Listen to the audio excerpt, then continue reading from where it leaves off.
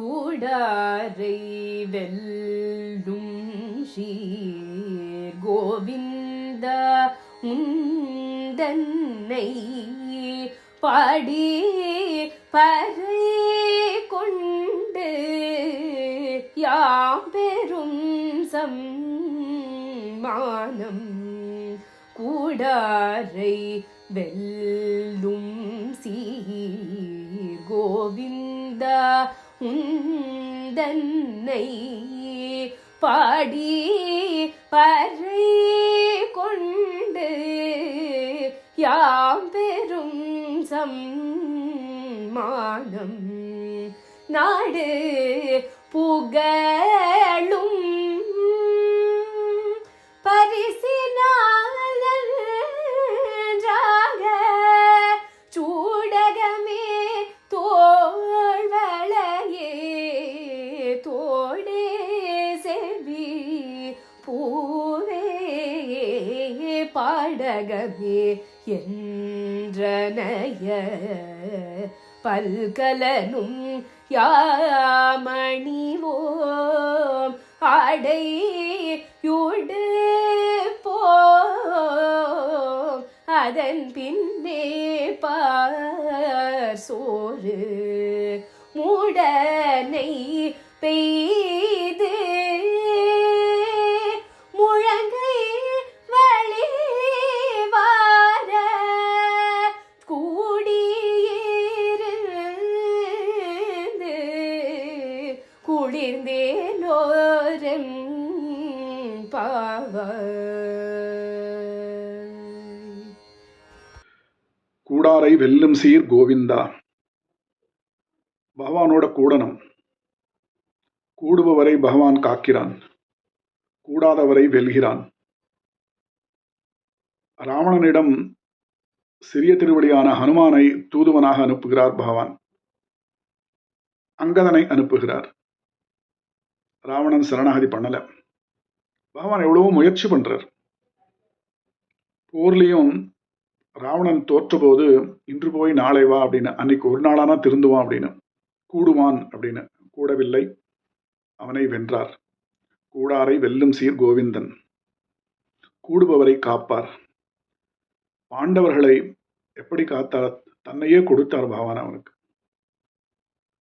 தன்னுடைய திருவடிகளில் அமர்ந்த அர்ஜுனனுக்காக தன்னையே கொடுத்து பாண்டவர்களை காத்தவன் பகவான். கூடாரை வெல்லும் சீர் கோவிந்தா உந்தன்னை பாடி பறைகொண்டு யாம்பெரும் சம்மானம். பகவானுக்கு நிர்கதியான ஜீவாத்மாக்களை பிடிக்கும். கிருஷ்ணனாக அவதாரம் பண்ணும்போது கூட தானாகவே புல்மேயும் பசுக்களை காட்டிலும் புல்மேய தெரியாத இந்த கன்றுகளிடம் பகவானுக்கு ஓப்பு ரொம்ப அதிகம். ஆழ்வார்கள் இந்த பகவானுடைய குணத்தை கொண்டாடுகிறார்கள். கிருஷ்ணனானவன் முட்டி போட்டுண்டு அந்த கன்றுக்குட்டிகளுக்கு எப்படி தண்ணி குடிக்கணும் அப்படின்னு சொல்லி கொடுப்பானா. பசுநிறை மெய்ப்புவத்தி கன்று மேய்த்து இனிது கந்தகாளாய் காலி மேய்க்க வல்லாய் கன்று மேய்த்து விளையாட வல்லானை அப்படின்னு ஆழ்வார்கள் இந்த பகவானுடைய குணத்தை கொண்டாடுகிறார்கள். உந்தன்னை பாடி பறைகொண்டு யாம்பெரும் சம்மானம். பாடி பகவானுடைய நாமத்தை சொல்லணும். இந்த கலிகாலத்துல பெரிய யாகங்கள் பண்ண வேண்டாம், சரி, மந்திரங்கள்லாம் தெரிய வேண்டாம், இருந்தபடியே பகவானுடைய நாமத்தை சொல்லலாம் இல்லையா? நாமங்களை சொல்லுங்க. திரும்ப திரும்ப பகவான் நாமங்களை சொல்ல வேண்டும். ஆண்டாள் இந்த நாம சங்கீர்த்தனம் பகவானுடைய நாமத்தை சொல்ல வேண்டும் அப்படின்றத அத்தனை பாசுரத்திலையும் திரும்ப திரும்ப சொல்றான். வாயினால் பாடி மனத்தினால் சிந்திக்க கேசவனை பாடவும் நீ கேட்டே கிடத்தியோ, முகில்வண்ணன் பேர் பாட மனத்துக்கினியானை பாட மாயனை பாட மைத்துனன் பேர் பாட சொல்லிட்டே இந்த நடுவுல உந்தன்னை பாடி பறைகொண்டுன்னு இந்த நடுவுல இந்த பாசுரத்துல பாடி பாடுறது தான் இவாளுக்கு ஒரு பிராணனுக்கு தாரகமாக இருக்கிறது.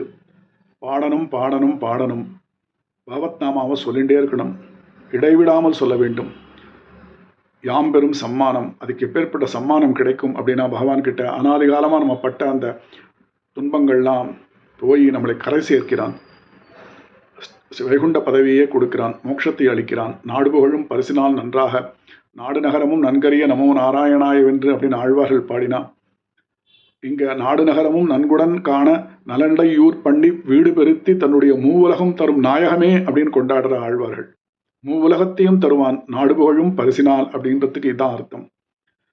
நன்றாக அப்புறம் ஆபரணங்களை பத்தி சொல்றான். சூடகமே, முதல்ல பிடிக்கும் கைக்கு இடும் ஆபரணம் சூடகம். தோடே செவிப்பூவே, அனைத்தவுடன் அவனுக்கும் அவனுடைய தோளுக்கும் பிராட்டியினுடைய காதுக்கும் ஆபரணங்களாக இருக்கிறது தோடே செவிப்பூவே. காதல் இந்த காலத்திலையும் போட்டுக்கிறா இல்லையா, நிறைய அந்த செவிப்பூ அழகாவா இருக்கு, பகவானுக்கு அழகாக இருக்கிறது. உண்மையான அழகுனா பகவானுக்கு தான். தோடே செவிப்பூவே பாடகமே. எல்லாம் முயற்சி பண்ணி நம்ம தோத்து போயிடுறோம். நம்ம முயற்சியால பகவானை அடையும்னு நினைக்கிறோம், அதுவே ஒரு அகங்காரம். தோத்து போனவனா அவன் காலை பிடிக்கணும். அவன் காலை பிடிச்ச உடனே அந்த திருவடிகளில் ஒரு ஆபரணம். பாடகமே, சூடகம் பாடகம். கைத்தலம் பற்ற அப்படின்னா சூடகம், திருக்கையால் தாழ் பற்ற அப்படின்னா ஆண்டாள். அப்புறம் திருவடியை பற்றணும். பாடகமே, எந்தனைய பல்கணமும் யாமணிவோம், எல்லா ஆபரணங்களையும் அணிவோம். அணிவீர்களா? மையிட்டெழுதுவோம் மலரிட்டு நாமுடியோம்னு சொன்னீங்க. அது ஆரம்பத்துல பகவான் கிடைக்காதனால இப்ப கிடைச்சிட்டா எங்களுக்கு. அதனால யாம் அணிவோம், எல்லாத்தையும் அணிவோம். நாங்கள் கொண்டாடுவோம். பண்டிகையெல்லாம் கொண்டாடணும், விமர்சையா கொண்டாடணும்.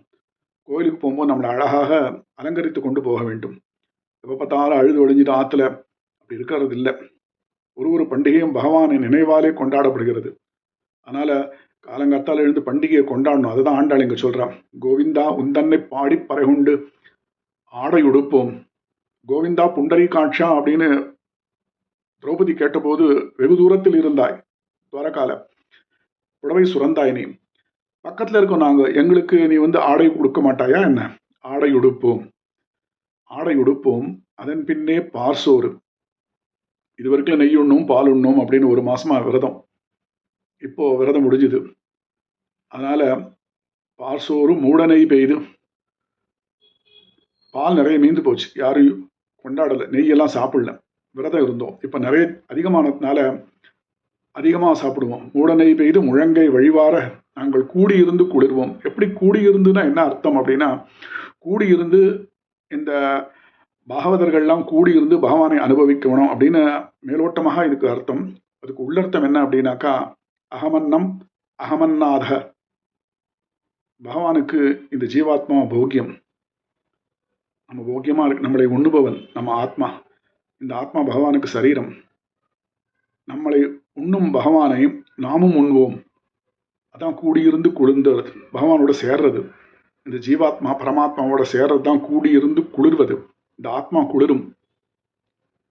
யோஷ்ணுதே சர்வான் காமான் சக பிரம்மணா விபஸ்சிதா. முக்தாத்மா, மோட்சத்தை விரும்பும் இந்த ஆத்மா சர்வஜனான பரமாத்மாவோட கூட சேரும்போது பகவானுடைய சகல கல்யாண குணங்களையும் அனுபவிக்கும் இந்த ஆத்மா. இதை ஆண்டாள் அழகாக இரண்டு அர்த்தம் படும்படி சொல்கிறாள். கூடியிருந்து குளிர்வது அப்படின்னா ஆண்டாள் பகவானோட சேர ஆசைப்பட்டா, ஜீவாத்மாக்களும் பகவானோட சேரும்.